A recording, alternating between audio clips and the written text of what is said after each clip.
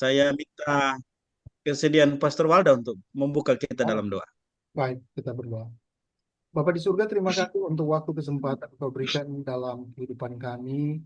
Walaupun kami boleh mendengar ada berita duka, khususnya bagi saudara kami, Dokter Profesor Rose Petambunan, yang saat ini Tuhan panggil dengan cara yang menjadi rahasia bagi kami apa makna di balik semua ini. Tapi kami percaya bahwa Engkau tidak pernah berbuat kesalahan di dalam setiap kehidupan kami. Karena itu Bapa berikan kami hikmat, berikan kami pengertian untuk memahami segala rencana rancangan Tuhan di dalam kehidupan ini. Malam hari ini kami akan berbicara, berdiskusi, berdialog dalam topik misterion, rahasia. Dan kurangnya Tuhan memberkati narasumber kami, Pendeta Denny Weku, Magister Teologi, dan Profesor Dr. Jimmy Posangi, PhD, beserta dengan Pastor Marlon Tahe, STH, yang sudah siap untuk mengendalikan acara malam hari ini. Tuhan berkati kami semua, berkati juga saudara-saudara kami, teman-teman kami yang sedang mempersiapkan diri untuk masuk di dalam diskusi kami malam hari ini. Dan kami serahkan segala sesuatu boleh jadi atas nama Bapa, Anak, dan Roh Kudus. Dan di dalam nama Tuhan Yesus Kristus kami berdoa, kami bersyukur. Amin.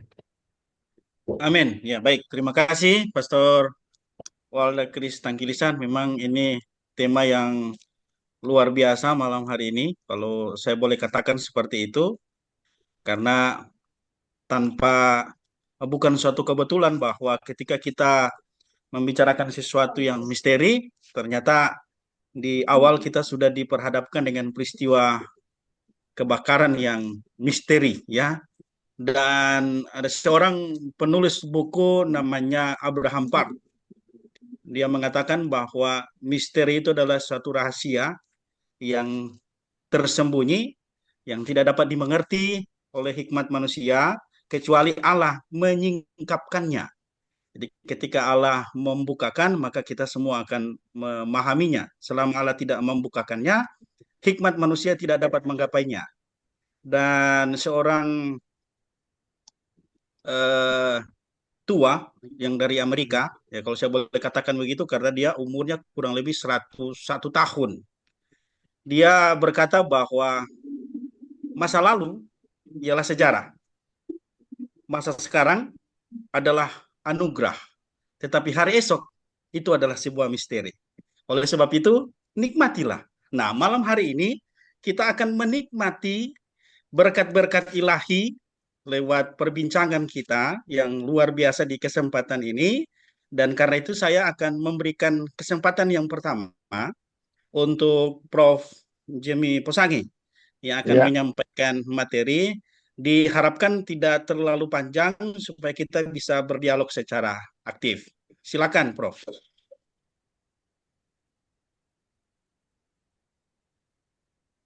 oke. Topik saya Asia. Kita tahu bahwa Tuhan mengatur dunia ini. Termasuk rahasia juga dia sudah atur. Kita lihat bahwa Tuhan mengatur manusia dunia ini melalui zamannya. Kesucian, Adam dan Hawa belum jatuh dalam dosa. Keinsafan ketika Kain membunuh Habel, pemerintahan manusiawi, Nuh, perjanjian Abraham, hukum Taurat Musa, anugerah Rasul Paulus, kerajaan Yesus Kristus. Dan tiap pengaturan ada Injilnya. Kita lihat Injil dicatat oleh Alkitab, namun tidak seperti yang saya sampaikan tadi ada 7 masa, karena Injil yang dicatat oleh Alkitab itu hanya ada 4, Galatia 3 ayat 8, Injil Abraham, Matius 4 ayat 23, Injil Kerajaan, Kisah 20 ayat 24, Injil Anugerah, Wahyu 14 ayat 6, Injil Kekekalan. Nah, sekarang kita mulai dari Petrus, karena Petrus berbicara tentang Injil Kerajaan. Dan Injil Kerajaan ini yang tahu ini hanya bangsa Yahudi. Dan Petrus yang memberitakan. Mulai dari Yohanes Pembaptis. Yohanes Pembaptis pada waktu itu dia bilang, bertobatlah, kerajaan surga sudah dekat. Petrus kemudian dipilih oleh Yesus. Dan dia waktu dia di dalam perjalanan, waktu pelayanan, Di dalam Matius 10 ayatnya yang kelima, mereka dipanggil oleh Tuhan Yesus dan disampaikan bahwa tidak boleh pergi ke bangsa lain. Orang Samaria juga mereka tidak boleh, hanya khusus umat bangsa Israel. Jadi yang tahu tentang hukum Taurat ini cuma bangsa Yahudi. Mereka tahu tentang 7 tahun sengsara, mereka tahu tentang kerajaan. Nah, pada waktu Petrus dia dalam pelayanan, yang terjadi Yesus disalib. Petrus kecewa sekali dengan penyaliban Tuhan Yesus karena Petrus tahu Yesus adalah Mesias yang akan menjadi raja, tapi karena mereka membunuh dia, Petrus kebingungan. Sesudah itu Yesus bangkit. Dia mati, dia saat disalib, dia mati, dia dikuburkan dan dia bangkit pada hari yang ketiga. Selama dia ada 40 hari di dunia, sesuai dengan Kisah Rasul 1 ayat 3, dia memberitakan Injil. Tapi Injil yang diberitakan oleh Yesus yaitu Injil kerajaan. Kemudian dia naik ke sorga. Pada waktu dia naik ke sorga, Kisah 1 ayat 11, dia katakan bahwa dia akan turun karena pada waktu peristiwa percakapan dengan murid-murid, murid-murid tanya, Tuhan, maukah engkau mengembalikan kerajaan bagi Israel? Tuhan tidak jawab, iya, tidak jawab, tidak. Tapi Tuhan bilang, tunggu, dia akan kembali lagi. Dan rencana kembalinya Yesus itu injak kaki di bumi dan sudah dinubuatkan dalam Zakaria 14:4, Kisah 1 ayat 11 dan 12. Rencana kembalinya di bumi itu pada hari Pentakosta. Namun apa yang terjadi pada hari Pentakosta? Yang terjadi orang-orang Yahudi mengatakan bahwa mereka ini sedang mabuk, ini Petrus ini. Dan Petrus katakan dia tidak mabuk, dia menceritakan bahwa Yesus akan kembali. Yesus harus tunggu di sorga sampai pemulihan terjadi di bumi ini. Kisah Rasul pasal 3. Waktu Petrus memberitakan bahwa Yesus ini akan datang lagi, justru Petrus dimasukkan ke dalam penjara. Pada waktu Petrus berada di penjara, Petrus menyampaikan juga bahwa Tuhan akan segera kembali, tapi mereka tetap tidak percaya. Dibentuklah jemaat mula-mula ketika itu, tapi tetap mereka menolak. Mereka bangsa Yahudi tidak mau. Kemudian dipilihlah 7 orang, Stefanus dan termasuk di situ Filipus. Saya harus bilang Filipus karena kami di gereja kami ada Filipus yang badannya tinggi sekali, sekarang didongi-dongi. Nah, Filipus. Dan Filipus ini kita boleh lihat di dalam pasal 8, sida-sida ketemu. Filipus ini dia kejar sida-sida itu di Gaza. Sekarang kan lagi rame Gaza. Bukan main. Waktu itu sudah ada Gaza. Stefanus, apa yang terjadi dengan Stefanus? Dia dibunuh. Dia dibunuh. Bukan main ini. Jadi dari mereka itu Stefanus dibunuh. Siapa yang bunuh Stefanus? Semua tahu. Yang bunuh Stefanus itu siapa? Yang pegang surat kuasa untuk Paulus. Saulus waktu itu. Saulus. Dia bunuh Stefanus. Nah, coba bayangkan kesabaran Tuhan Yesus. Mulai dari salib, 40 hari, Pentakosta, penjara, Stefanus. Akhirnya apa yang terjadi? Ya, Tuhan tunda. Dan disinilah terjadi yang kita kenal dengan Injil Abraham, Injil Kerajaan, Injil Anugerah, Injil Kekal. Petrus mengatakan bahwa Injil Anugerah itu terjadi melalui Paulus. Apa yang disampaikan oleh Paulus itu benar. Karena Paulus menyatakan sesuatu yang Petrus katakan di dalam 2 Petrus 3 ayat 16. Jadi 15 saudara baca, 16 saudara baca. 16 dia bilang bahwa apa yang ditulis oleh Paulus itu sulit dimengerti. Kenapa sulit dimengerti? Karena rahasia. Inilah yang disebutkan dengan rahasia. Sulit. Petrus saja tidak mengerti dan Petrus tahu itu adalah rahasia. Dan ini nanti akan berakhir ketika gereja tubuh Kristus diangkat sesuai dengan kedatangan di angkasa 1 Tesalonika 4 ayat 13 sampai 18. Berakhir dan Petrus lagi mulai masuk dengan 7 tahun sengsara, nanti sudah itu kerajaan 1000 tahun yaitu Injil kekal. Rahasia ini didiamkan berabad-abad, tidak pernah disampaikan kepada siapapun. Dan 1 Korintus 2 ayat 7 ini rahasia sudah disediakan. Dan Efesus 3 ayat 3-4 dan ayat 9 dikatakan rahasia ini tugas yang disampaikan kepada Paulus. Kolose 1 ayat 26 ayat 27 rahasia ini dinyatakan kepada Paulus. Dan Paulus katakan terkutuklah jika ada orang, sekalipun malaikat, biar lagi malaikat, kalau dia sampaikan Injil berbeda dengan apa yang Paulus sampaikan, terkutuk. Ulang lagi Paulus katakan, terkutuk. Jadi apa yang Paulus sampaikan itu rahasia, dan kalau pada zaman sekarang ada orang yang memberitakan beda dengan apa yang Paulus sampaikan, Paulus 2 kali dia bilang terkutuk. Luar biasa Paulus ini ya. Rahasia yaitu Injil anugerah, ini yang harus ditaati, yaitu Roma sampai Filemon. Bahasa Inggris, to us. Kalau Alkitab, for us. Jadi itu pelajaran mulai dari kisah Adam dan Hawa, kita tahu. Kemudian kisah Nuh, kita tahu. Semua itu cerita, for us. Untuk kita pelajari. Tapi kalau untuk kita taati, to us. Saudara search di internet, saudara tanya, what is the difference between 2 and 4? Dia akan jawab 2 untuk ditaati, 4 untuk dipelajari. Alkitab jangan diinovasi, kita harus setia. Gara-gara inovasi terjadilah kesesatan di dalam dunia ini. Misalnya muncul pohon, padahal tidak ada sebenarnya. Tapi ini namanya kesesatan. Sama, muncul telur pada waktu hari kebangkitan yang sebenarnya itu tadi pohon Natal ya, bukan pohon, salah. Jadi itu gara-gara apa? Alkitab diinovasi yang sebenarnya tidak ada di dalam Alkitab. Alkitab itu untuk kita taati. Dan mana yang untuk kita taati sekarang yaitu Roma sampai Filemon. Yang lain itu sebagai pelajaran. Dan Roma sampai Filemon, disitulah berisi Injil anugerah. Sebab yang sangat penting telah kusampaikan kepadamu, yaitu apa yang telah kuterima sendiri ialah bahwa Kristus telah mati untuk dosa-dosa kita, sesuai dengan kitab suci, bahwa ia telah dikuburkan dan bahwa ia dibangkitkan pada hari yang ketiga, sesuai dengan kitab suci. Hanya Petrus yang tahu mati, kubur, bangkit. Petrus tidak tahu. Petrus justru ketika Tuhan Yesus menyampaikan kepada Petrus, Petrus bilang, jangan mati.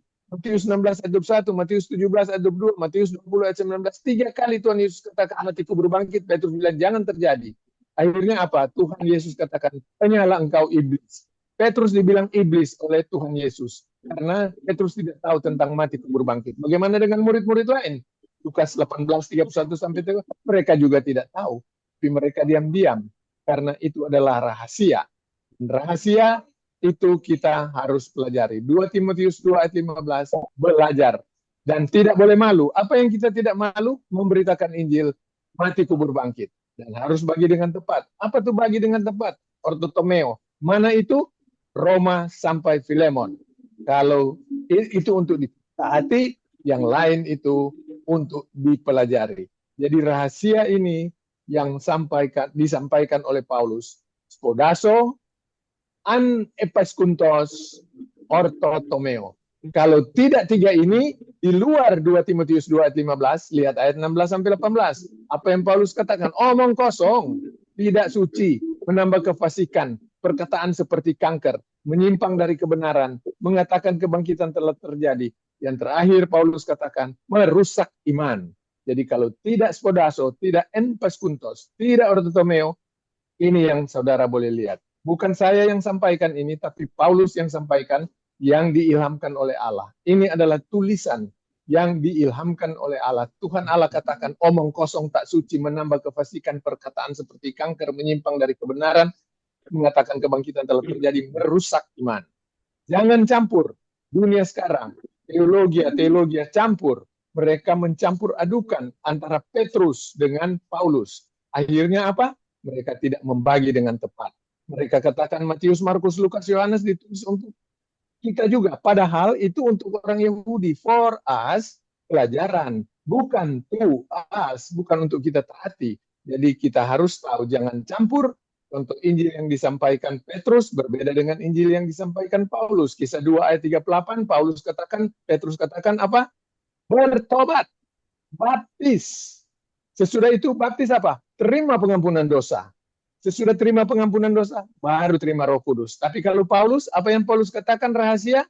Yaitu dengar Injil, mati kubur bangkit, percaya, langsung dimeteraikan dengan Roh Kudus. 1 ayat 13. Pembaharuan, selamat kemudian berbuat baik. Jangan dibalik, berbuat baik, mudah-mudahan selamat. Efesus 2 ayat 8, sebab karena kasih karunia kamu diselamatkan oleh iman, itu bukan hasil usaha, itu pemberian Allah, itu bukan hasil pekerjaan. Ayat 10, Tuhan Allah mau kita hidup di dalamnya, di dalam perbuatan baik.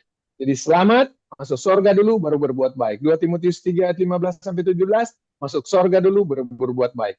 1, 2, 3, 4, Tuhan Allah menghendaki kita masuk sorga dulu, baru memperoleh pengetahuan akan kebenaran. Titus 3 ayat 8, percaya dulu, baru berbuat baik. Itu yang baik dan berguna bagi manusia. 1 Korintus 1 ayat 18, bahwa penyalipan atau berita tentang salib, masuk neraka itu bodoh sekali kalau orang masuk neraka. Mengapa bodoh sekali orang masuk neraka? Kenapa? Ada jawabannya. Kenapa bodoh? Ini kebodohan kalau di dalam bahasa asli moria. Moria artinya absurditas. Absurditas artinya bodoh sekali. Keterlaluan. Tidak masuk akal ke Tuhan kalau ada orang yang masuk neraka. Mengapa demikian? Kenapa bodoh? Masuk surga cuma-cuma. Pemberian dari Tuhan Yesus. Cuma karena Tuhan Yesus mati kubur bangkit sehingga diberikan cuma-cuma. Dan juga Efesus 2 ayat 8 dan ayat 9, masuk surga itu kasih karunia karena kita percaya saja, bukan usaha. Itu pemberian Allah, bukan karena kita berbuat sesuatu. Saya pikir sekian yang saya boleh sampaikan tentang rahasia. Terima kasih. Oke, baik. Penjelasan yang luar biasa cepat. Ini mungkin karena tadi saya sampaikan jangan terlalu lama, Prof ya. Maafkan saya untuk hal itu. Oke, Tapi karena dibilang cepat, jadi saya juga cepat. oke, baik. Iya, saya merasa bahwa kita semua ini hamba-hamba Tuhan, malah malam hari ini bahkan para saya boleh katakan ya, anggota pelayanan Grace Ministry yang cukup setia untuk mengikuti setiap pembahasan yang disampaikan oleh Prof. Kosangi itu sudah di dalam kepala. Kalau di luar kepala artinya bila sudah lupa ya. Jadi tidak dikuasai lagi. Ini sudah masuk di dalam kepala karena inilah yang selalu diulang-ulang oleh Prof. Dan saya percaya kita sudah menangkapnya. Bahkan apalagi Pendeta Denny Weku ya, pasti Pak Denny juga sudah menangkap apa yang disampaikan oleh Prof. Kosangi. Bagaimana dalam apa yang dijelaskan oleh Prof bahwa rasa atau makna rahasia itu adalah Injil anugerah Allah itu sendiri. Nah, saya berharap Pak Denny boleh menyampaikan dulu menurut pandangan Pak Denny terkait hal ini sebelum nanti kita akan buka ruang kesempatan untuk berdialog secara luas. Karena saya mau kita semua mendengar secara komprehensif apa yang disampaikan Prof dan juga apa yang disampaikan Pendeta Denny supaya terfokus. Jangan sepenggal-sepenggal. Barangkali apa yang mungkin kita tangkap dari pandangan Prof itu sebagian ada di Pak Denny. Ya, silakan Pak Denny. Oke, baik. Terima kasih. Saya akan berbicara tentang rahasia. Apa sebenarnya dimaksud dengan rahasia? Karena ini kalau bicara tentang Paulus berbicara rahasia itu representasinya ada di dua kitab. Yaitu yang satu di Efesus. Di surat Efesus terutama tentu ada di Efesus 3 ayat 1 sampai ayat 10 lah, sampai satu perikop itu ya. Sedang yang kedua itu di Kolose 1. Di Kolose 1 itu khususnya ada ayat 20-an. Di antaranya itu 26 sampai 29. Di situ dia utarakan detail tentang apa itu rahasia. Karena kalau bicara rahasia, apalagi rahasia disebut dengan dispensasi anugerah, maka dia dari situ akarnya, tidak ada di tempat lain. Nah, sekali lagi, rahasia atau misterian itu dari situ. Nah sekarang kalau kita bicara umpamanya, saya mulai dari Kolose pasal 1, 26, 27. Kita baca ya, supaya kita boleh bahas itu. Yaitu Kolose 1 ayat 26. Iya, silakan tolong baca. Kolose pasal 1 ayat 26. Yaitu 27. rahasia yang tersembunyi dari abad ke abad dan dari turunan ke turunan, tetapi yang sekarang dinyatakan kepada orang-orang kudusnya. Pada mereka Allah mau memberitahukan betapa kaya dan mulianya rahasia itu di antara bangsa-bangsa lain, yaitu Kristus ada di tengah-tengah kamu, Kristus yang adalah pengharapan akan kemuliaan. Dialah yang kami Ya, beritakan apabila tiap-tiap orang kami nasihati dan tiap-tiap orang kami ajari dalam segala hikmat, untuk memimpin ya, tiap-tiap orang kepada kesempurnaan dalam Kristus.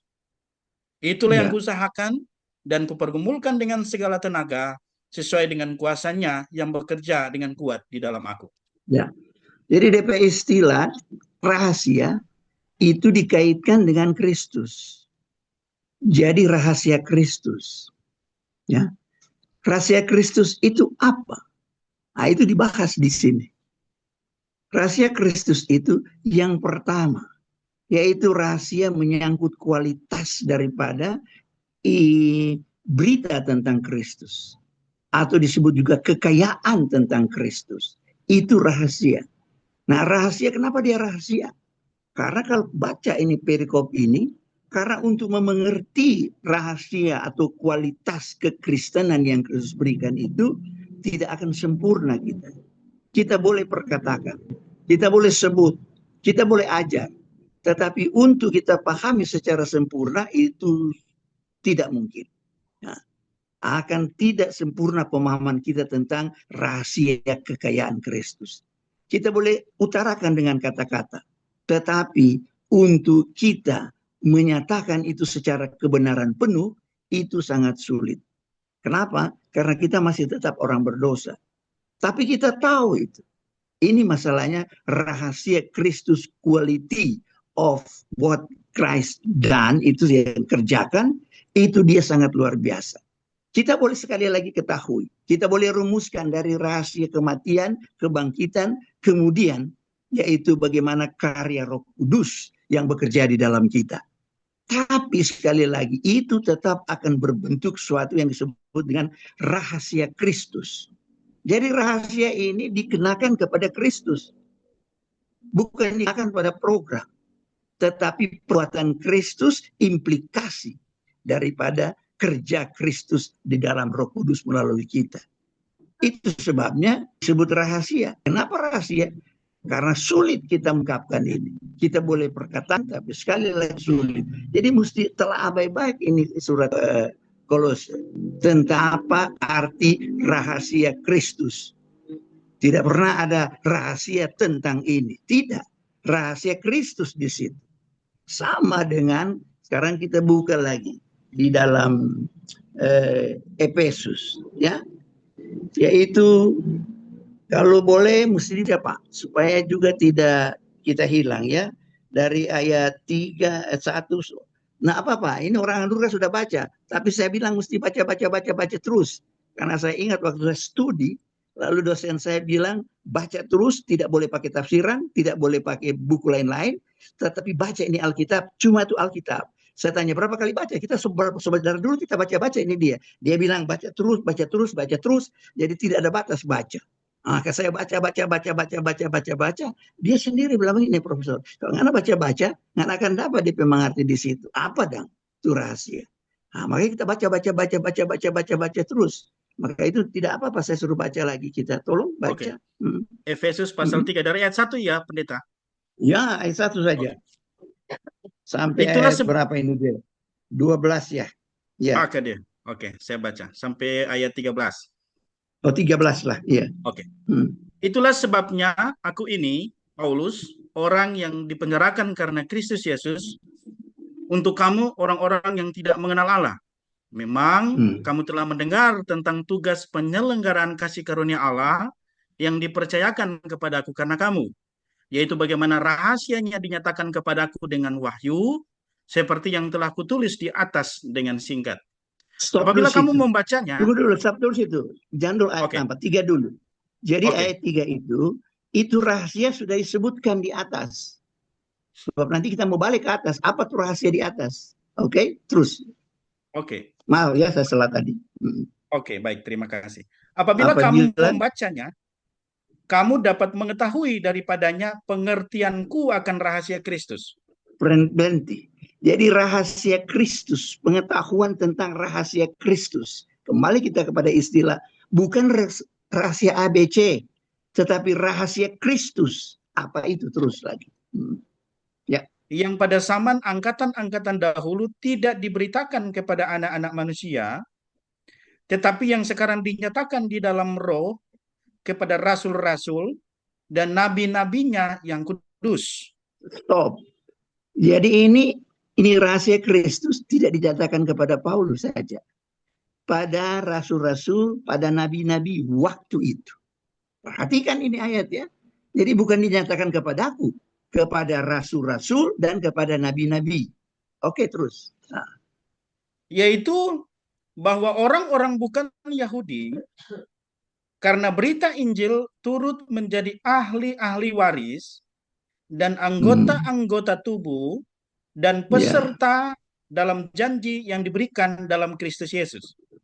Ya, itu pokoknya yang satu, yaitu bahwa orang-orang bukan Yahudi sekarang menjadi sama dengan orang-orang Yahudi memiliki janji itu. Oke, terus ya. Dari Injil itu aku telah menjadi pelayannya menurut pemberian kasih karunia Allah yang dianugerahkan kepadaku sesuai dengan pengerjaan kuasanya. Ya, itu jelas. Oke. Kepadaku yang paling hina di antara segala orang kudus, telah dianugerahkan kasih karunia ini untuk memberitakan kepada orang-orang bukan Yahudi kekayaan Kristus yang tidak terduga itu. Ya, jadi ini dia rahasia satu lagi ini, yaitu kekayaan Kristus yang tidak terduga. Tidak terduga ini artinya kita tidak bisa jangkau dia. Dan bahkan kita tidak bisa perkatakan dengan kata-kata kita. Tidak cukup itu. Itu sebabnya tetap rahasia kepada siapapun. Walaupun dia mengalami. Oke. Nah. Dan untuk menyatakan apa isinya, tugas penyelenggaraan rahasia yang telah berabad-abad tersembunyi dalam Allah, yang menciptakan segala sesuatu, supaya sekarang oleh jemaat diberitahukan pelbagai ragam hikmat Allah kepada pemerintah-pemerintah dan penguasa-penguasa di surga, sesuai dengan maksud abadi yang telah dilaksanakannya dalam Kristus Yesus Tuhan kita. Ya. Di dalam Dia kita beroleh keberanian dan jalan masuk kepada Allah dengan penuh kepercayaan oleh iman kita kepadanya. Sebab itu aku meminta kepadamu supaya kamu jangan tawar hati melihat kesesakanku karena kesesakanku itu adalah kemuliaanmu. Ya, jadi orang Israel tidak boleh sombong lagi. Kenapa? Karena kita sudah sama. Jalan masuk kepada Allah tidak lagi ada kekhususan. Tidak lagi ada pemilihan khusus. Tetapi sekarang itu dia, rahasia itu sudah dinyatakan bahwa tidak ada gap, tidak ada lagi perbedaan. Nah ini sepanjang ada 2000 tahun tidak pernah diberitakan kepada orang Israel. Di dalam kitab Perjanjian Lama ada juga, yaitu Allah suruh pergi kepada orang-orang bukan Israel. Ada juga nubuatan kepada orang-orang yang ada, kalau baca Amos itu, orang di sekitar itu semua diberi nubuat untuk supaya bertobat dan sebagainya. Tetapi itu adalah bukan Israel dan bangsa-bangsa lain itu menyatu. Tidak. Selama 2000 tahun itu dia kurang lebih, yaitu lebih sebenarnya. Orang Israel itu tidak boleh menyatu. Dan itu tidak pernah diberitakan dalam perjalanan nabi-nabi Israel. Nah itu yang tidak bisa diketahui. Tetapi rahasia itu sekarang sudah kutuliskan sebelum. Jadi di atas pasal 3 ini, sebenarnya kita mesti baca di surat Petrus tanda pasal ya. Ya, karena di pasal ini dia itu dibuat sekitar tahun 1000, lalu kemudian dibuat lagi ayat-ayat tahun 1000 tahun sudah berjalan gereja, 1500 tahun 500 tahun sudah berjalan gereja, baru dibuat ayat-ayatnya lagi. Sebenarnya hapus ini ayat-ayat dan itu, karena ini satu surat. Karena apa yang di atas dia tulis, kita lihat pasal 2, yang paling jelas mulai ini dia mau bicara orang Efesus, kamu jangan kecil hati. Kekayaan anugerah Allah yang disebut dengan rahasia besar itu sudah ada pada kamu. yaitu kekayaan Kristus. Di dalam Kristus, dalam Kristus, ini banyak sekali ayat ini. Di dalam Kristus, itu dia, itu rahasia yang menjadi kekayaan. Ada pada kamu. Dan kamu harus tahu, dari dulu tidak pernah orang Israel boleh menyatu dengan orang yang bukan Israel. Apalagi di dalam berkat kasih karunia. Tidak ada. Orang Israel harus menjauh daripada orang-orang bukan orang Israel. Tetapi mulai dari pasal 2 ayat 11 sampai ayatnya yang terakhir 22, 10 ayat itu, Anda boleh lihat itu berbicara tentang bagaimana, kata Paulus, rahasia yang kutuliskan di atas. Apa rahasia itu?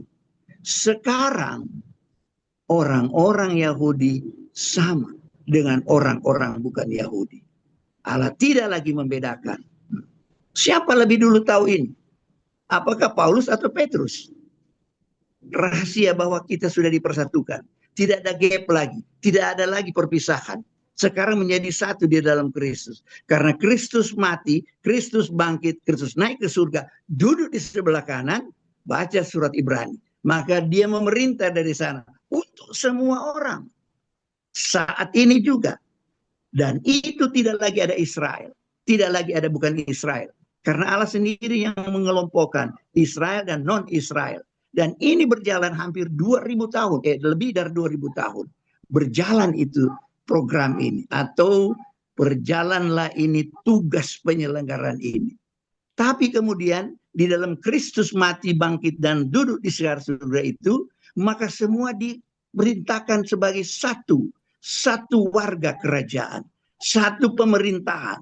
Karena itu dikatakan, pergilah kamu, karena baik di surga maupun di bumi, kuasanya sudah ada di tanganku. Aku yang memerintah dunia ini, baik di bumi maupun di surga. Itu Matius 28 ayat 19 ya. Jadi jelas di sana bahwa kita semua telah dipersatukan, segala penguasa di surga, penguasa di bumi, itu tadi juga di Efesus. Itu dia sudah dalam Kristus. Dan tidak boleh dipisahkan antara hal itu. Dan ini rahasia lama. Berabad-abad tidak pernah diberitakan. Hanya sampai di Abraham. Ya, itu terjadi. Karena di Abraham tarik ke sana, itu adalah disebut dispensasi keinsafan. Dispensasi keinsafan ini dia tidak ada penggolongan Yahudi dan bukan Yahudi. Semuanya sama. Dan ketika datang dispensasi kemudian pasca Kristus, maka kembali keinsafan akan berjalan. Semuanya juga sama. Cuma bedanya di dispensasi setelah, yaitu hukum Taurat ini, maka di dalam Kristus tidak lagi ada domba. Karena domba itu adalah Kristus. Kalau keinsafan masih ada domba. Karena domba adalah lambang daripada Kristus. Dan kembali Allah bekerja dengan bangsa-bangsa lain. Semua bangsa dipersatukan. Nah, sekarang maka itu ketika setelah Kisah Rasul. Karena Kristus katakan begini. Pasal 1 Kisah Rasul. Bahwa kamu akan jangan kemana-mana. Karena Injil ini akan mulai dari Yerusalem. Sekali lagi, Injil ini akan mulai dari Yerusalem. Dari Yerusalem, baru kemudian dia ke seluruh Yudea. Dari Yudea, baru dia ke Samaria. Dari Samaria, kemudian akan pergi ke bangsa-bangsa lain. Ke seluruh dunia. Itu dikatakan oleh Kristus sendiri. Dan kemudian, sebelum dia pergi ke... Jadi Injil di Yerusalem, kemudian di Yudea, memerintahkan. Kemudian pasal 5 dan seterusnya dia ke Samaria. Kemudian pasal 9 dia sudah mau berlanjut ke bangsa-bangsa lain. Nah, sebelum Paulus pergi berlanjut, harus diperintahkan dulu kepada Petrus bahwa sekarang Injil tidak terbatas kepada orang Israel.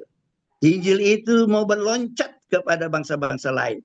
Kamu juga termasuk di dalamnya. Itulah sebabnya ada Kisah Rasul 11 ayatnya yang ke-18. Tolong baca.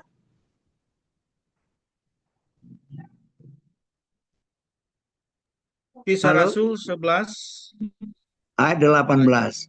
Ayat 18. Ya. Ketika mereka mendengar hal itu, mereka menjadi tenang, lalu memuliakan Allah, katanya, jadi kepada bangsa-bangsa lain juga Allah mengaruniakan pertobatan yang memimpin kepada hidup. Siapa yang berkata itu? Orang-orang. Bukan. Petrus ada di situ toh. Oh iya, maksudnya Dan harusnya Petrus. orang-orang memang, tapi Petrus ya, yang berkata itu adalah Petrus, tapi kemudian mereka Iya. sadar, ya, karena ini persekutuan daripada kebanyakan semua mereka itu adalah orang-orang yang ada di Yerusalem.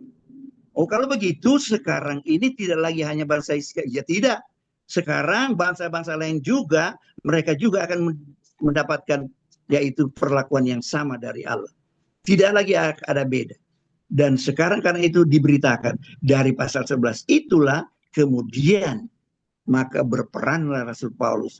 Karena memang mesti tambah lagi Rasul.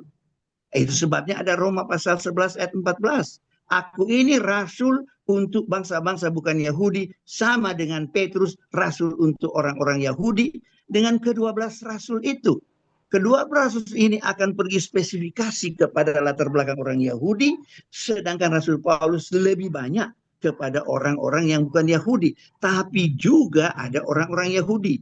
Itu sebabnya ada 1 Korintus 9. Maka pergilah mereka dengan satu misi, dan kemudian misi itu ditutup dalam Kisah Rasul pasal 28 ayat 31. Beritanya sama dengan apa yang diberitakan oleh Petrus dipesan dari Kisah Rasul 1. Jadi dari Kisah Rasul kita akan dapati pemberitaan kerajaan pasal 1 dan proklamasi kerajaan pasal 2 dan 3, kemudian pemberitaan sampai akhirnya ditutup oleh Rasul Paulus pasal 28 ayat 31. Apa yang dikatakan pasal 28 ayat 31? Tolong baca, Pak. Ya, baik. Kisah Rasul 28 ayat 31. Ya. Dengan terus terang dan tanpa rintangan apa-apa, ia memberitakan kerajaan Allah dan mengajar tentang Tuhan Yesus Kristus. Ya, terima kasih. Konsep kerajaan Allah itu tidak diperbedakan oleh para rasul-rasul. Sebab kalau itu beda, maka Paulus akan jelaskan. Bedanya dalam kerajaan itu yaitu antara waktu zaman lampau itu adalah domba dan zaman perjanjian baru itu adalah anak domba. Karena zaman lampau itu cuma bayangan, zaman baru itu ada realitas. Jadi dari domba menjadi anak domba. Jadi mengikuti dosa pribadi dan keluarga, kemudian oleh Yohanes dikatakan sekarang kamu lihat Yesus mengangkut dosa isi dunia, dan itu sebabnya dia mesti mati dulu. Nah, maka itu pergilah beritakan. Ini yang ketika mau diberitakan kepada orang bukan Yahudi, kikuk orang-orang Israel. Kenapa kikuk? Karena tidak pernah mereka melakukan ini. Tetapi mulai dari Kisah Rasul pasal 11 itu harus mereka katakan. Walaupun mereka tahu, tapi tidak gampang untuk mewujudkan. Karena itu mereka sebut betapa sulitnya begitu pernyataan daripada apa yang dikemukakan oleh Rasul Paulus. Itu sebabnya mereka undang dia pasal 15 Kisah Rasul untuk buat sidang di Yerusalem. Untuk mempertanyakan bagaimana sebenarnya yang harus kita lakukan Paulus. Maka Paulus mempertanggungjawabkan itu di Kisah Rasul pasal 15. Nah itulah sebabnya saya katakan bahwa rahasia itu ada jelas di sini ditulis. Yaitu bagaimana dipersatukan orang Yahudi dan bukan Yahudi. Dan ini lama.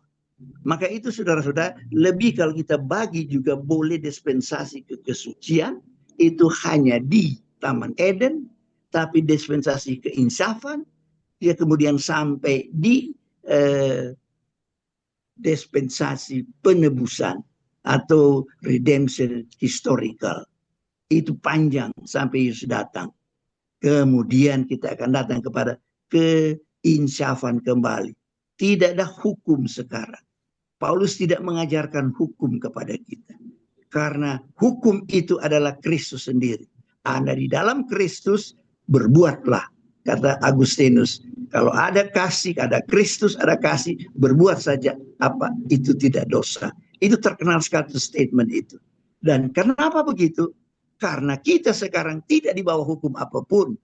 Kita di bawah hukum kemerdekaan. Apa tuh hukum kemerdekaan? Tuh Paulus tidak pernah menulis inilah hukum kemerdekaan. Ini tidak. Galatia menyatakan ada Kristus, maka berbuatlah apa yang kamu buat. Maka itu akan kamu disucikan. Kenapa? Karena kamu akan mengasihi. Kasih akan menutupi banyak sekali dosa. Kasih akan berbuat apa yang baik. Kasih dan seterusnya. Itu 1 Korintus pasal 13. Kasih itulah hukum kita. Dan hukum itu bukan terpampang lagi. Hukum itu ada terproduksi dari dalam diri kita sendiri. Kita tidak akan berbuat dosa kalau kita punya kasih. Dan itu namanya itu keinsafan di bawah pemerintahan Kristus. Dulu keinsafan, kesadaran hukum, yaitu yang merupakan tatanan masyarakat pada waktu itu. Nah, Taurat itu adalah hukum yang diatur oleh Allah untuk supaya orang Israel melihat bahwa dirinya orang berdosa. Nah, disitulah beda. Tapi kesemuanya itu sebenarnya diselamatkan bukan karena hukum. Diselamatkan karena persembahan domba. Orang di Taurat persembahan domba, orang di keinsafan karena persembahan domba. Dan domba itu realitasnya Kristus. Maka itu Kristus mengangkut seluruh dosa dunia. Dan itulah kebenaran. Jadi bukan karena orang di perjanjian lama mereka diselamatkan karena melakukan perbuatan baik. Atau di Taurat karena mereka melakukan hukum Taurat. Tidak. Orang melakukan hukum Taurat untuk mendapatkan pengampunan, dia harus mempersembahkan domba. Domba itu yang menghapus dosanya. Bukan karena dia melakukan. Dimanapun keadaan kita harus melakukan perbuatan untuk selamat. Tidak. Kita semua diselamatkan hanya oleh kasih karunia. Karena dari Kejadian sampai Wahyu, kita itu diselamatkan. Kita itu dapat dipertahankan karena oleh anugerah saja. Dari dia, oleh dia, dan bagi dialah selama-lamanya. Terima kasih. Oke, Ya. menarik. Ya, saya barusan mau bilang Ya. bahwa tinggal 1 menit supaya kita berimbang, Pak Pendeta. Ya. Nah, artinya ini menarik karena kita mulai terlihat bagaimana kita boleh menikmati malam hari ini pembicaraan yang disampaikan, di mana Pak Denny boleh menekankan bahwa yang dimaksudkan rahasia itu bukanlah program, sebagaimana yang tadi juga sudah sempat dijelaskan oleh Pak Prof, bagaimana Injil Anugerah sebagai rahasia. Kemudian Pak Pendeta Denny menyampaikan bahwa yang dimaksudkan rahasia itu bukan hanya Paulus yang tahu, tapi ternyata bahwa itu sudah disampaikan kepada rasul-rasul yang lain juga. Nah, sedangkan Pak Prof tadi menyampaikan bahwa ini yang lain tidak tahu, hanya Paulus, hanya Rasul Paulus ini yang tahu. Nah, ini sebelum saya saya buka ke yang lain, saya minta bagaimana Prof Posanggi dulu menanggapi hal ini, bahwa ternyata rahasia yang disampaikan itu bukan hanya Paulus yang tahu, Prof. Bahwa itu juga telah disampaikan kepada rasul-rasul yang lain. Silakan, Prof. Iya, tidak apa-apa. Karena itu saya cuma mau share lagi. Karena slide saya mungkin saya kurang menekankan. Tapi kalau saya share, tunggu ya. Masih boleh share ini? Saya share. Silakan. Ya. Ini tunggu ya, share. Oke. Ini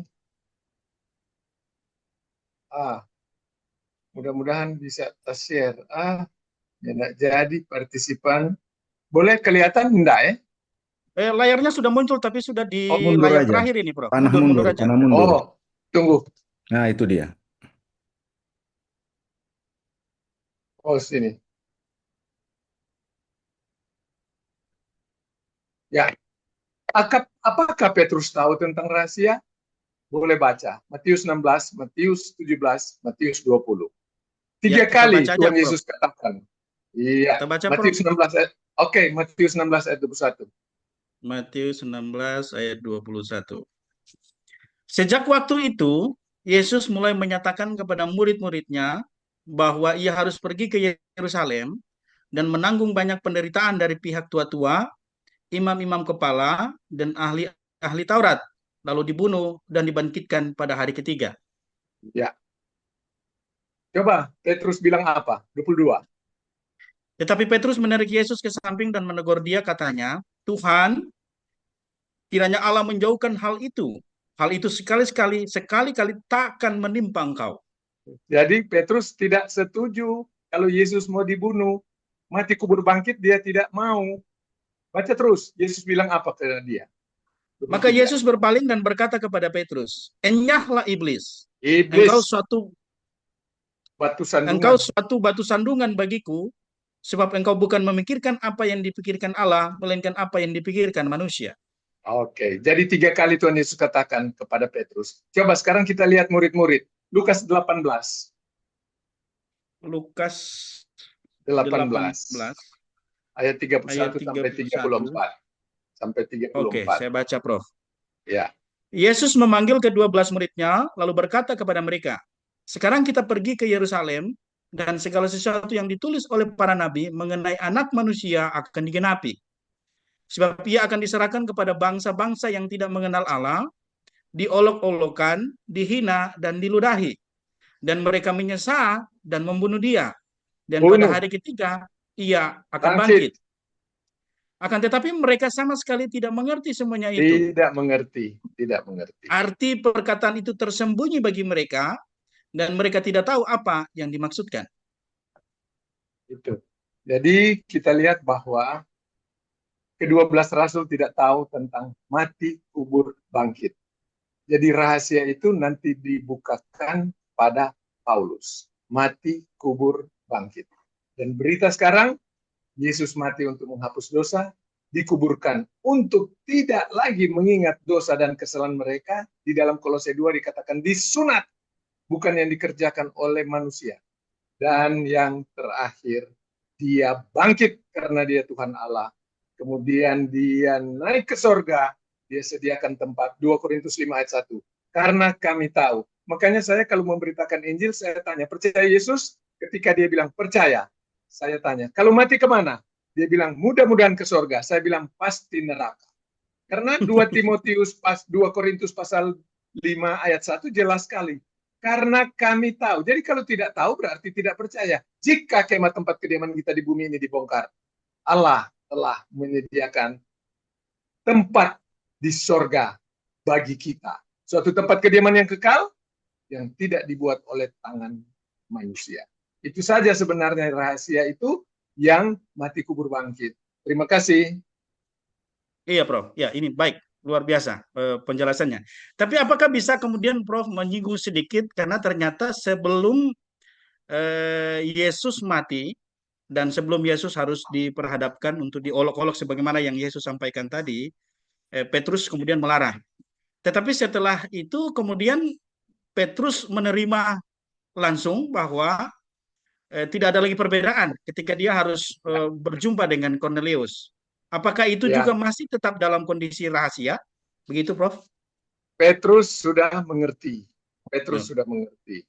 Jadi ketika Petrus mengerti, kan di dalam 10 ayat 28 Kisah Rasul dikatakan, kamu lihat betapa kerasnya larangan bagi orang Yahudi bergaul dengan orang bukan Yahudi. Tidak boleh.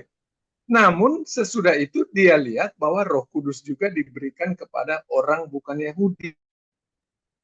Tapi penyampaian Paulus waktu dia baru percaya, dia belum mengerti. Makanya waktu Ananias katakan, Paulus, jangan ragu-ragu, baptis saja. Pasal 26 Kisah Rasul.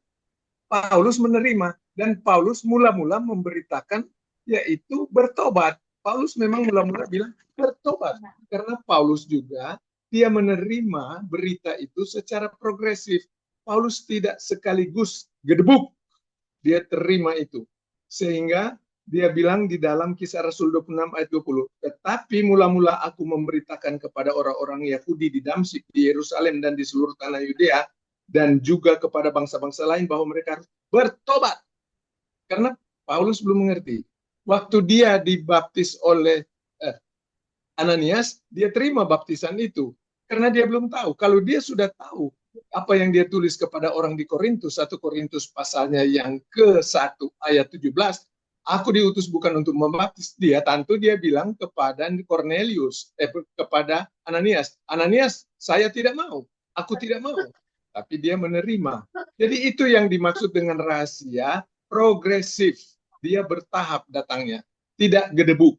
Kalau rahasia itu dia gedebuk, satu kaligus Paulus langsung mengerti. Coba bayangkan Paulus ketika sesudah percaya, dia mesti pergi kemana? Dia pergi ke Arab. Bikin apa dia di Arab? Dia terima itu. Sesudah itu nanti dia bilang 14 tahun yang lalu. Dia baru bilang 14 tahun yang lalu. Entah di dalam tubuh, entah di luar tubuh. Dia baru bilang. Karena apa? Progresif. Tidak gedebuk. Jadi bertahap. Makanya dia bilang, jika yang sempurna tiba, yang tidak sempurna itu selesai. Dan itulah rahasia. Terima kasih. Oke, baik. Penjelasan yang luar biasa ya dari Prof tadi.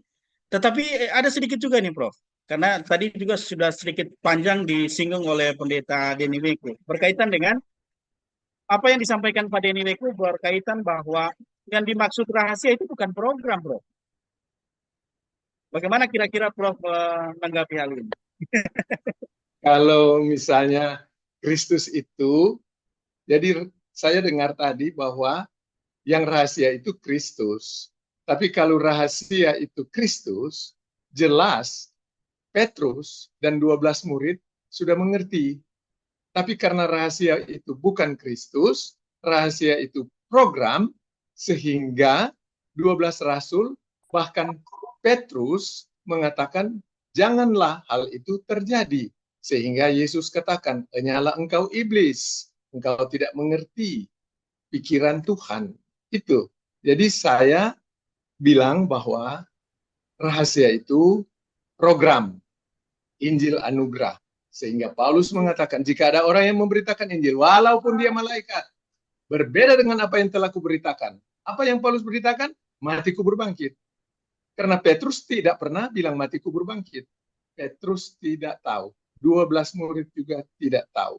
Itu adalah rahasia yang berabad-abad disembunyikan, nanti jelas itu pada waktu Paulus. Itu.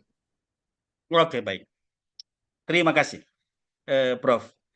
Pak Pendeta Denny Weku. Jadi ini sebagaimana sudah saya sampaikan tadi bahwa saya akan membuka ruang ini untuk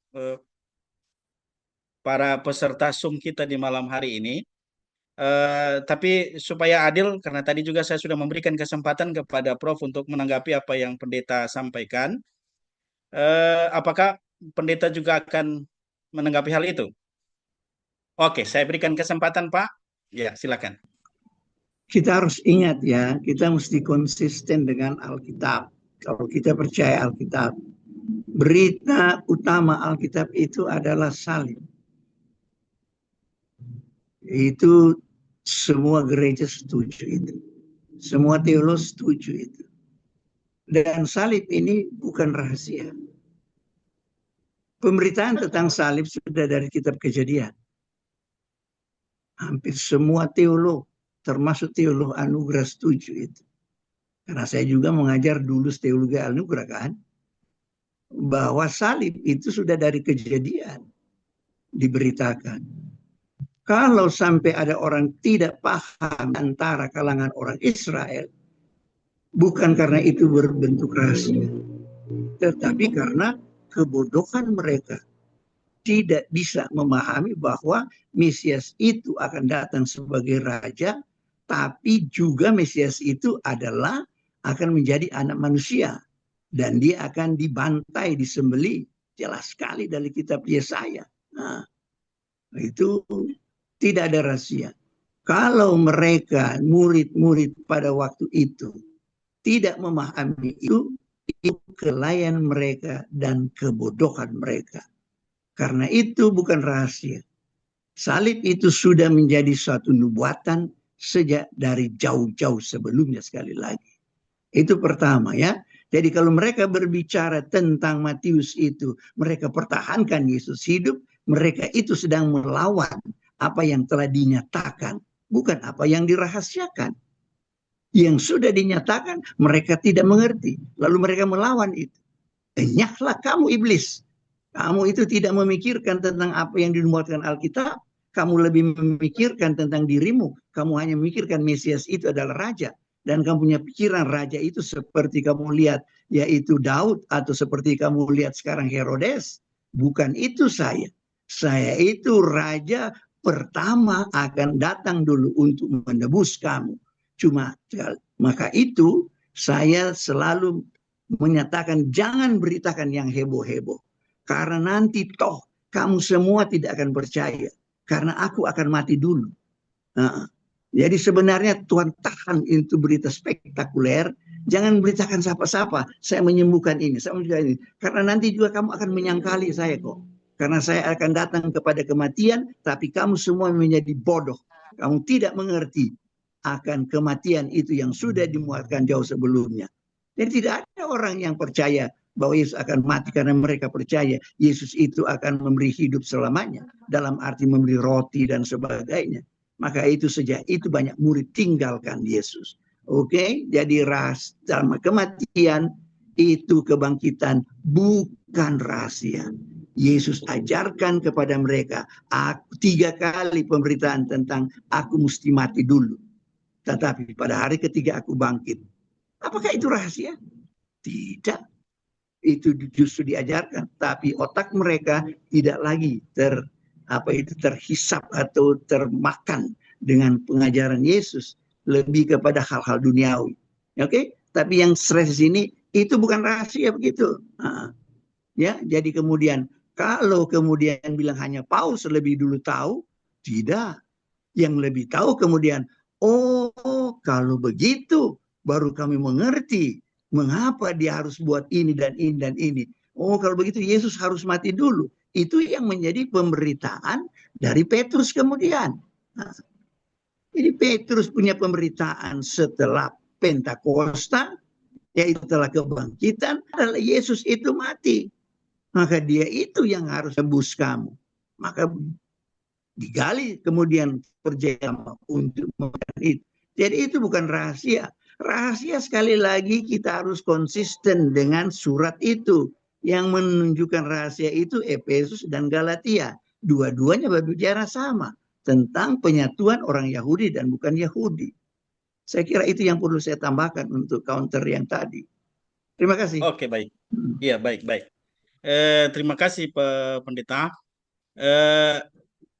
Tadi sebagaimana yang sudah saya sampaikan bahwa kalau kita bisa melihat tentang rahasia itu sendiri, ya itu kan seperti yang sudah disampaikan oleh pendeta tadi bahwa ini berita tentang salib itu sudah disampaikan jauh-jauh sebelumnya, ya jauh sebelum Yesus kemudian disalibkan. Kalau kita boleh merujuk ke Kejadian pasal 3 ayat 15 itu yang disebut dengan proto-evangelium, ya.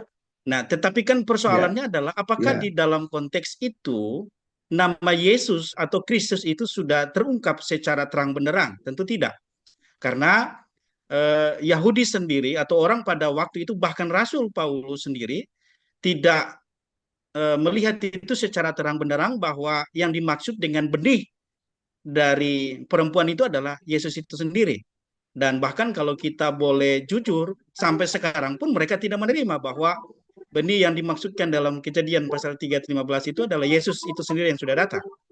Seperti yang tadi juga disampaikan oleh pendeta bahwa mereka menolak untuk Mesias itu mati. Karena bagi mereka Mesias adalah sang raja yang memang tidak boleh mati. Ya begitu kira-kira bagaimana pendeta? Jadi begini ya. Ini rahasia yang tidak pernah diberitakan dari abad ke abad. Apakah salib tidak pernah diberitakan dari abad ke abad? Apakah Mesias menderita tidak diberitakan dari abad ke abad? Tidak. Memang belum spesifik bahwa Mesias itu atau Immanuel itu adalah Yesus. Tetapi tentang kematian itu, penderitaan itu, Mesias yang menderita dan seterusnya, itu tidak pernah dirahasiakan. Itu justru dinyatakan dalam bentuk nubuatan. Nah, dan itu yang harus dipahami oleh orang Yahudi.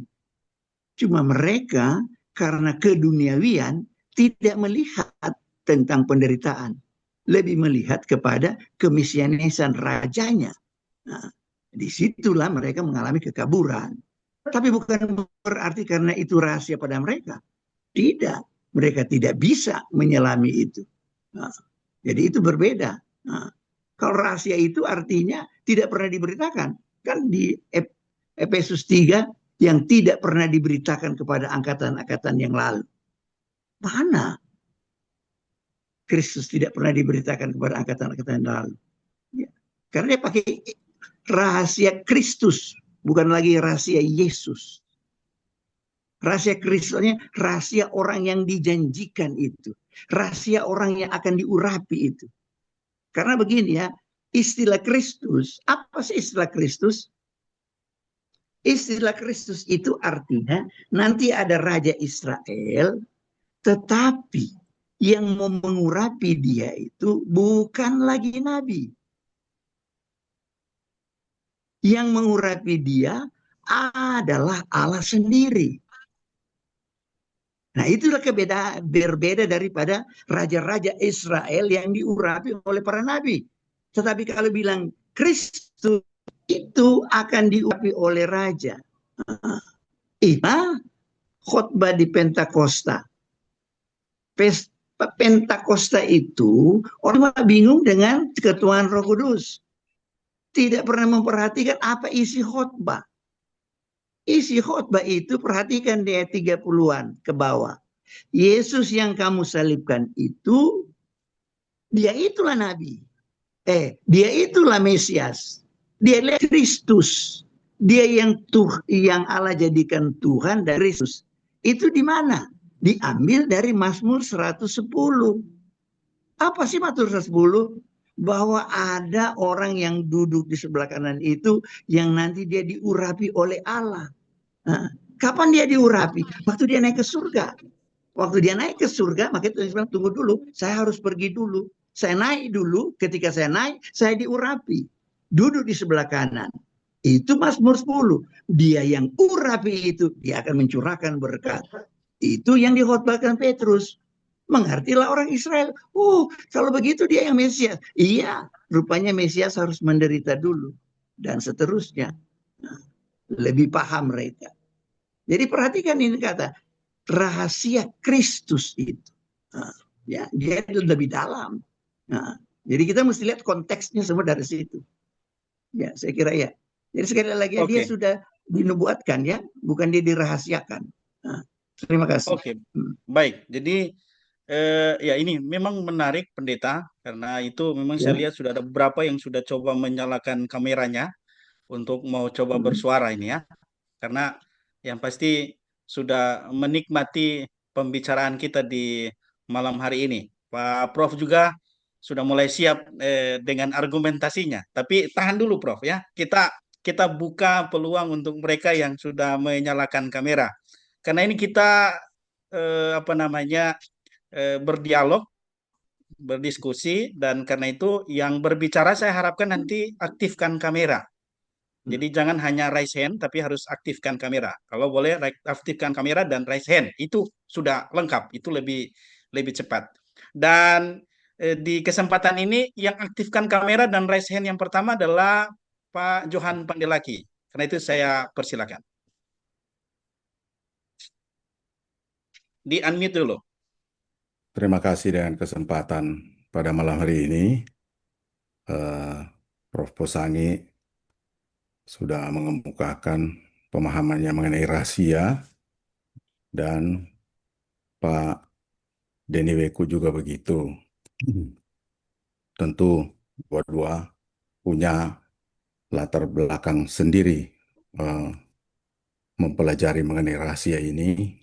Kalau saya lihat tadi, Prof. Posangi yang dia mau tunjukkan kepada kita bukan soal bahwa kematian itu belum pernah dibicarakan sebelumnya di dalam Perjanjian Lama, memang sudah ada.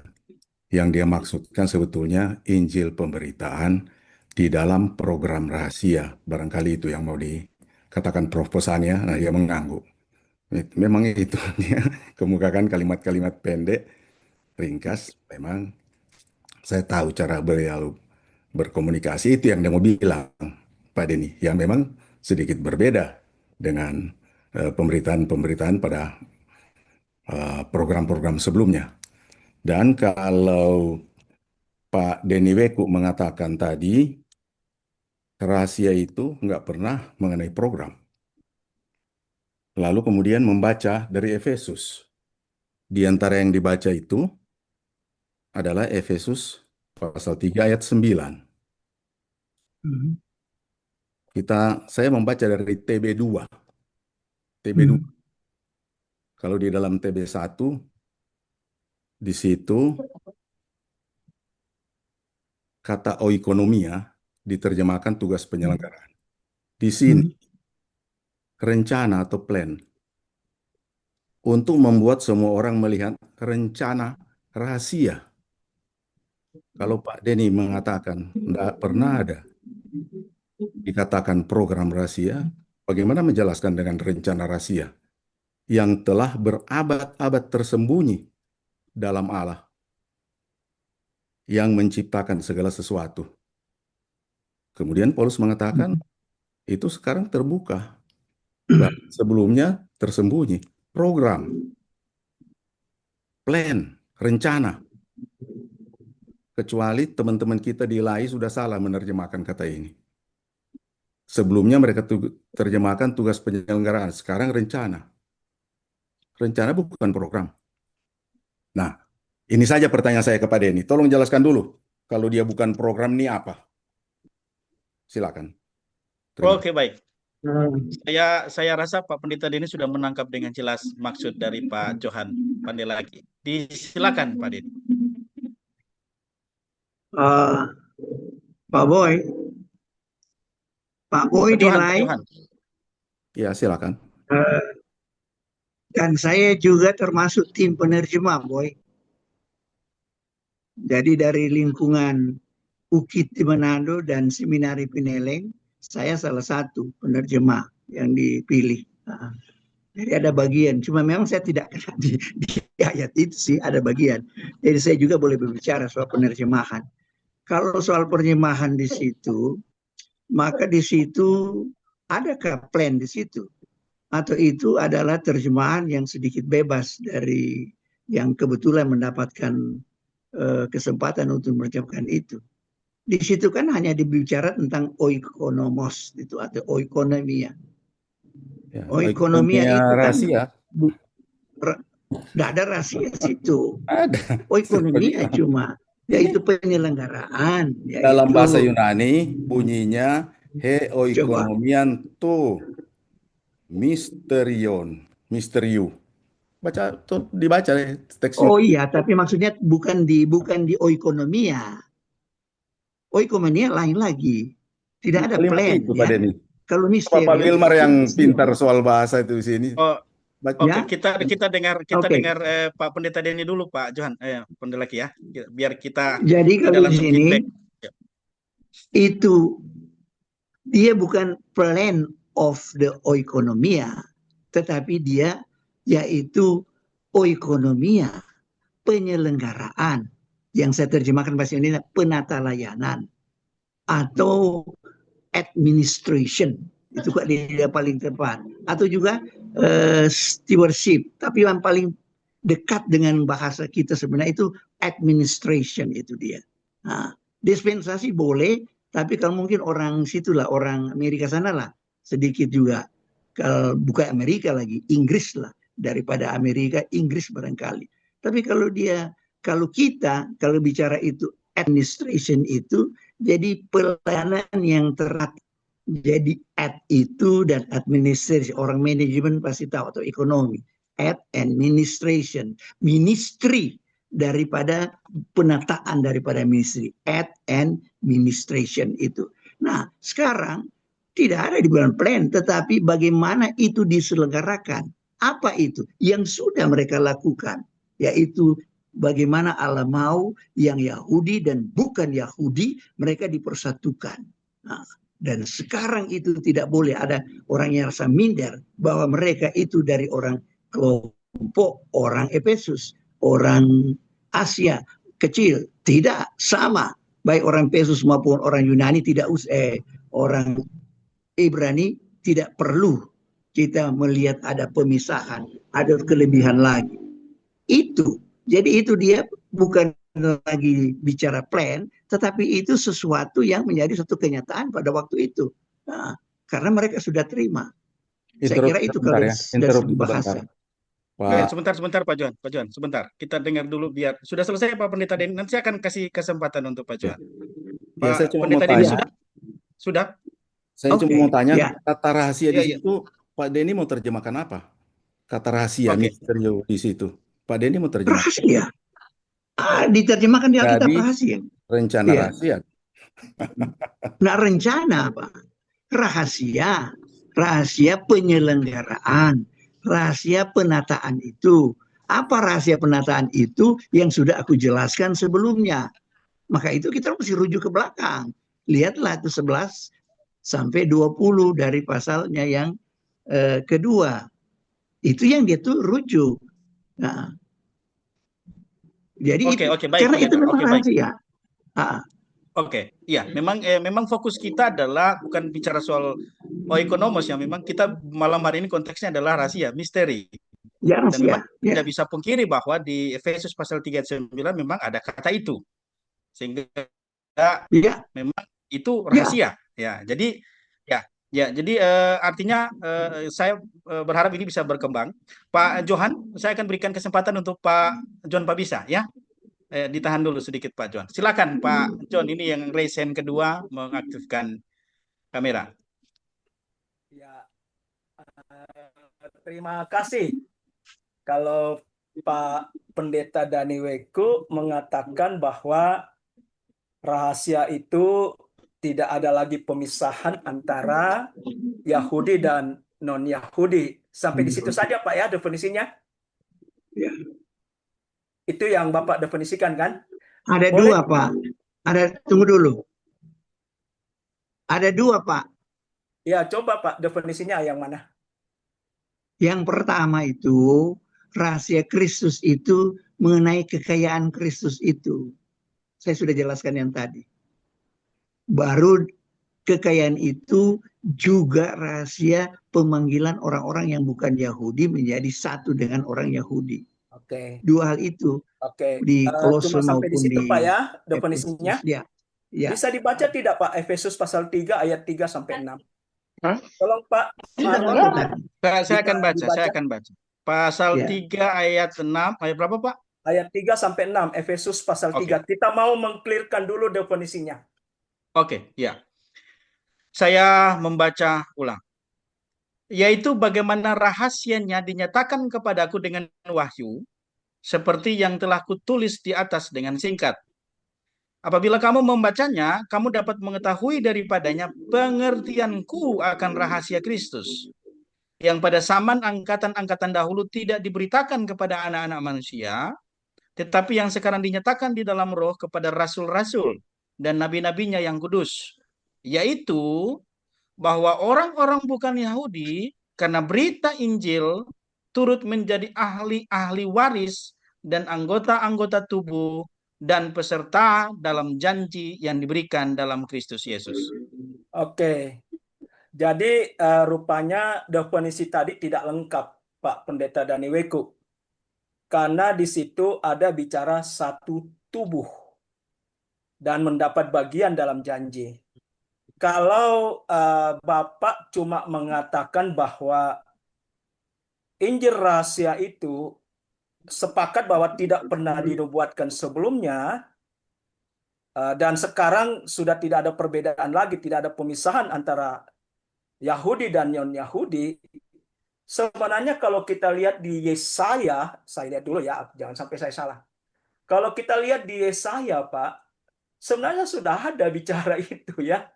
Jadi dia bukan lagi, sebenarnya kalau bicara bahwa tidak ada pemisahan antara Yahudi dan non-Yahudi, sebenarnya di Yesaya sudah pernah bicara tentang itu, Pak. Saya coba lihat lagi dulu. Ya. Yesaya. Oke. Ya. Oke, Yesaya 49 ayat 6 dan Sakaria 8 ayat 23, Pak. Kita baca dulu Yesaya 49 ayat 6. Iya. Oke. Terlalu sedikit bagimu hanya untuk menjadi hambaku.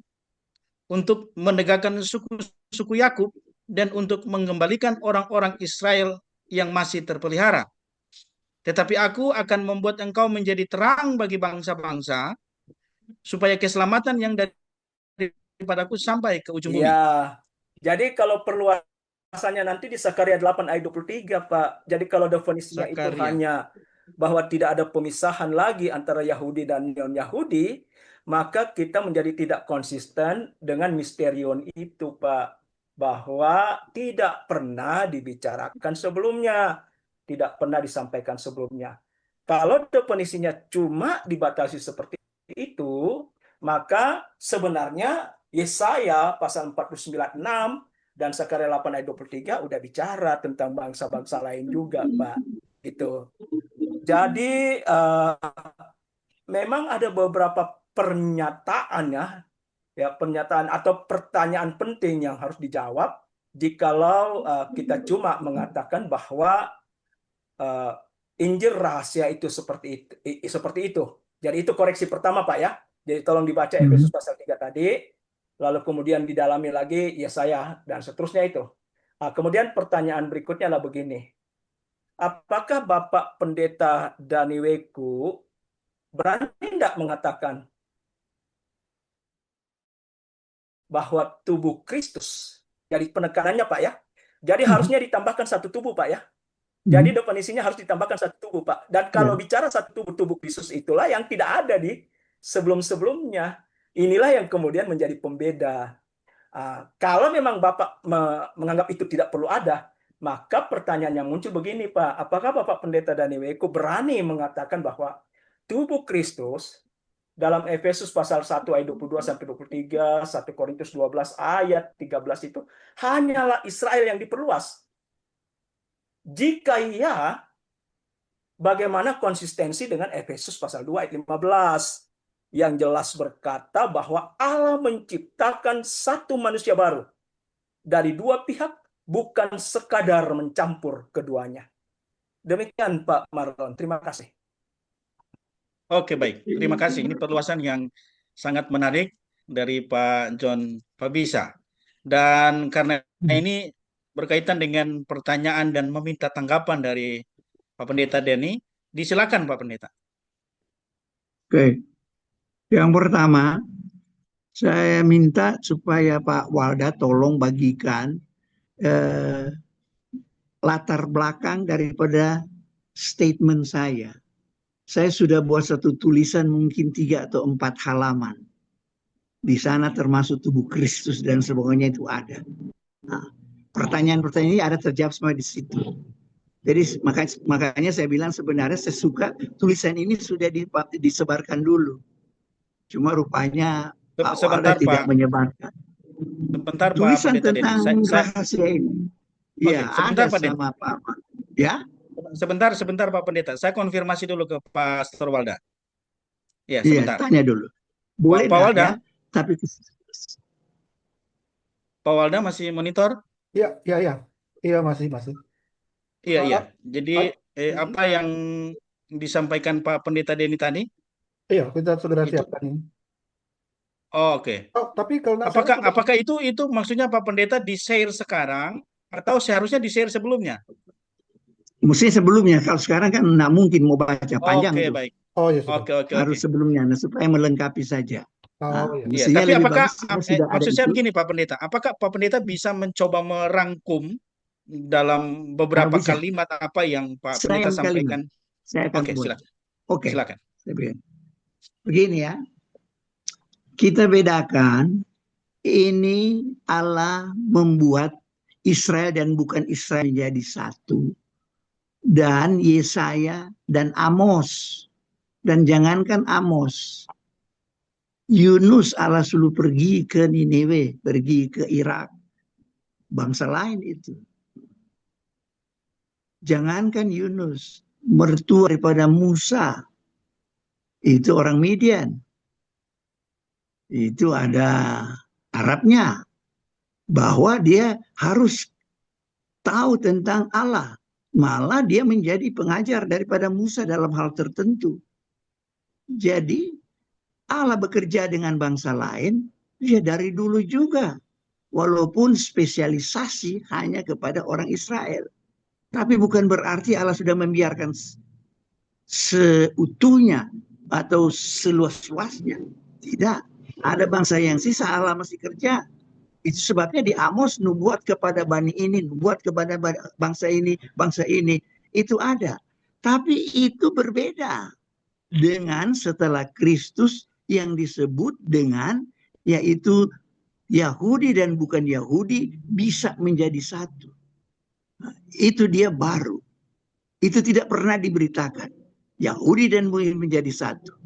Ya, jadi Alkitab itu dia jelas sekali menyatakan yang tidak pernah diberitakan yaitu bagaimana orang Yahudi dan bukan Yahudi.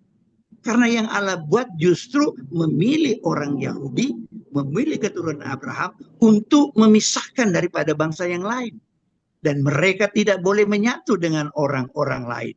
Mereka harus berpakaian khusus. Mereka harus bercocok tanam khusus. Mereka harus makan makanan khusus. Dan pendeknya mereka harus tersendiri. Dan sangat eksklusif. Itu. Nanti bisa bacalah di tulisan saya itu. Saya jelaskan itu bagaimana detailnya. Maka itu ketika datang satu perubahan, itu sebabnya kepada Petrus diperlihatkan dulu.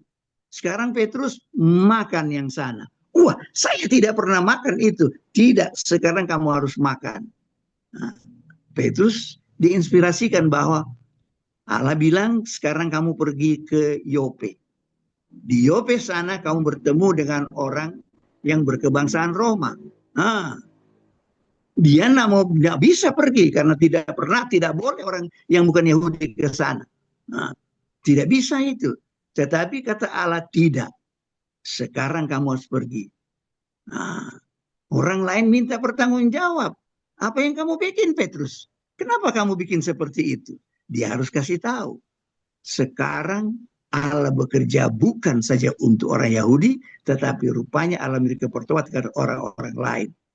Dilengkapi dengan Rasul Paulus, ya, orang lain itu sekarang tidak boleh lagi pisah. Kita harus menyatu. Kita menjadi satu tubuh, yaitu tubuh Kristus. Orang Yahudi dan bukan Yahudi. Nanti ada di penjelasan itu, Pak. Jadi nah, mungkin mau jelaskan sedetail itu. Jadi apa? Jadi bukan sama sekali tidak. Dan Israel sekali lagi dituliskan. Sekali lagi, Pak, ya. Sudah dikatakan bahwa Bapak bagus tadi baca, Pak John, baca yang pasal 3 tadi. Seperti yang sudah aku tuliskan di atas. Apa tulis di atas? Ada berbicarakan istilah lain daripada yang dipersatukan? Tidak, jelas dia konteks itu bagaimana Israel dan bukan Israel dipersatukan di dalam Kristus. Itu yang dia rujuk. Itu jelas. Dan itu rahasia Kristus. Ya, oke. Saya kira itu yang dapat saya berikan. Jadi jangan lupa tolong baca itu ya, paper saya, artikel yang saya buat. Oke, baik Pendeta. Nanti akan kami minta di Pastor Walda Chris. Tapi Pak John Pabisa masih mengangkat tangan. Silakan Pak John.